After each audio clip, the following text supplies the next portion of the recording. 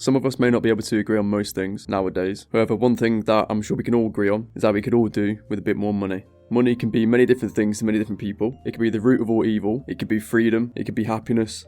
It could mean $3.99 a month for a certain subscription. However, money has always been a thing in running the economy of the world. But in human history, money hasn't always been around, and there's actually been different types of money throughout the entire human history. I'm going to go back in time and explore the different types of money that have been around throughout the time that humans have been alive. Let's just say back in the early days of human history, there wasn't any crypto scams, rug pulls. I mean, I doubt you'd be able to go back to 200 BC and buy Bitcoin for $0.002. Although that would have been a pretty good price. But money has actually had a very sophisticated evolution as well as humanity, starting off with primitive bartering systems and moving on to digital currencies, which we see today. And God knows where it'll be in the future. Maybe NFTs will make a comeback. I'm sure many people are holding on, hoping that they do. The pre-money era. Now this is an era in humanity where money actually wasn't a physical thing. You didn't have any paper bills or any coins. The way people used to exchange was through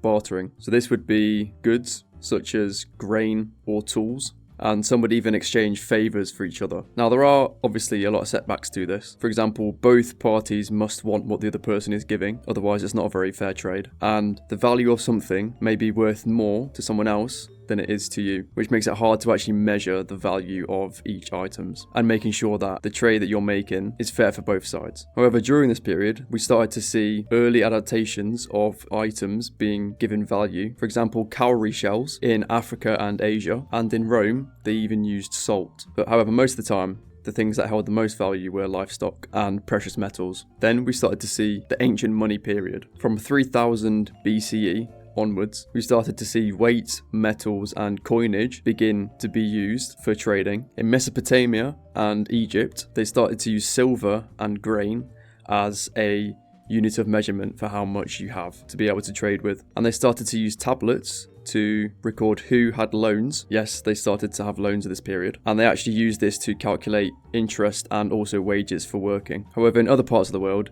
such as the Egyptians, were still using grain at this point. In China, they were starting to use knife and spade money, which were metal tools, which were then turned symbolic, which then gave them value. And they were also using the cowrie shells as well. And they were actually embedded into early trade culture. And the first ever stamped metal coin was in Lydia, which is now modern Turkey. And this was made from electrum, which was a mixture of silver and gold. And now this was where we started to see standardized government coinage. From here on out, coins became a standard medium of exchange and also began to bear rulers' faces. And we actually see some early stages of inflation where coins were starting to be copied. And then this led to the purity of the metals used in the coins being imperative. Otherwise, you can just make it at home on your little 3D printer in ancient Greece. Next, we move on to the medieval period. During the Middle Ages, gold and silver had been used for thousands of years. Now, this was a time of kings, crusaders, and cathedrals. However, there were new ideas that shaped money during this time period, and these ideas are some that we actually use still today. Gold and silver was still being used in this period. However, the first instances of paper money were being used in China. They were still using coins, however, introduced paper, which was then backed by the government. Now in Europe, after Rome fell, coinage started to defragment, and coins were then mainly metal based, with local lords minting their own coins. And this led to the rise of merchant banking within Italy. And this brings us on to the early modern period, from the 1500s to the 1800s. By the 1500s, money was no longer just about coins and barter, but it was a time of golden ships, soaring empires, and revolutions in banking. It was definitely a turning point in the history of money. This was an age of exploration, and it changed everything. As Spain and Portugal plundered the New World, massive amounts of gold and silver were poured into Europe. However, the silver didn't stay in Europe for very long. It eventually flowed into Asia,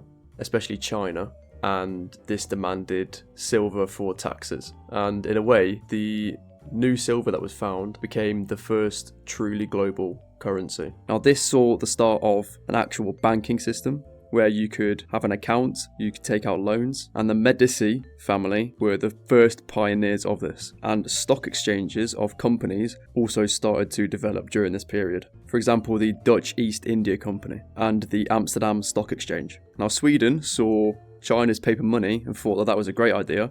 So they decided to do this for themselves, and they actually issued the first European banknotes in 1661. Upon this, in 1694, the Bank of England started issuing out official notes as well and began managing government debt. However, colonial economies were still using foreign coins, such as Spanish dollars, and actually had commodity money like tobacco.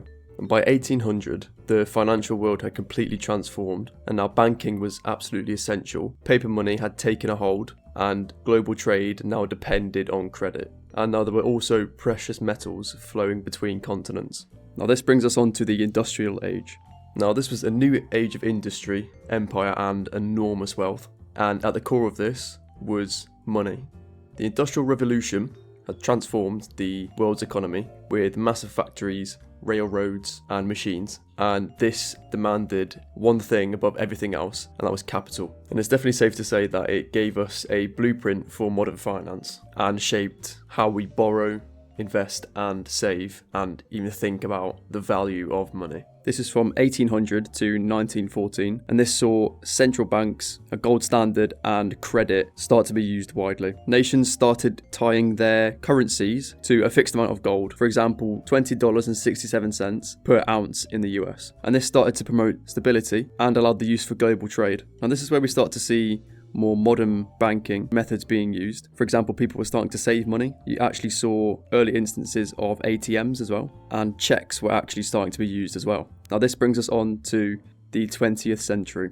This is where we start to see inflation and the beginning of digital currencies. It's definitely safe to say that the 1900s reshaped civilization and definitely reshaped money. Now there were obviously two big world wars that happened during this time period, and the First World War disrupted the gold-backed systems, and this actually led to the gold standard being ended in 1971, and this led to many currencies being valued by government decree, not gold. Now some examples of hyperinflation that occurred during this time period was Germany in the 1920s, where a loaf of bread was worth like 4 billion marks at one point, which makes the cost of fuel today not seem as bad. And this started to demonstrate the risks of poorly managed systems. The first ever credit cards were actually introduced in the 1950s to 1960s, and also wire transfers as well. And the birth of online banking came in the 1990s, and this also allowed for stock markets to become digitized. And now we are on to the 21st century, the modern day where everyone wants to be a YouTuber or a streamer, and you probably pay a lot of salt to be in Kai Cenat's Streamer University, where we see digital decentralized currencies. We now have digital payment solutions such as PayPal, online banking, also digital wallets as well. And we've also introduced the idea of decentralized currencies and exchanges with things such as Bitcoin, which introduces new debates over regulation. Definitely is a lot different now compared to even just 100 years ago. For example, if you went back in time and showed someone in World War I a picture of a monkey and said this was worth $20,000, they'd probably laugh at you and shoot you, depending on where you're from. However, today, people are actually paying that price for a picture on their screen, as well as falling for many meme coin pump and dump schemes. I'm pretty sure the word pump and dump didn't even exist 50, 60 years ago. So you may think today that the system of money is unfair, and many of you may even want to go back to selling cattle or having your salary paid with salt. I don't know. Let me know in the comments below, and let me know if you still hold any NFTs. I'd be interested to find out how many of you actually have some.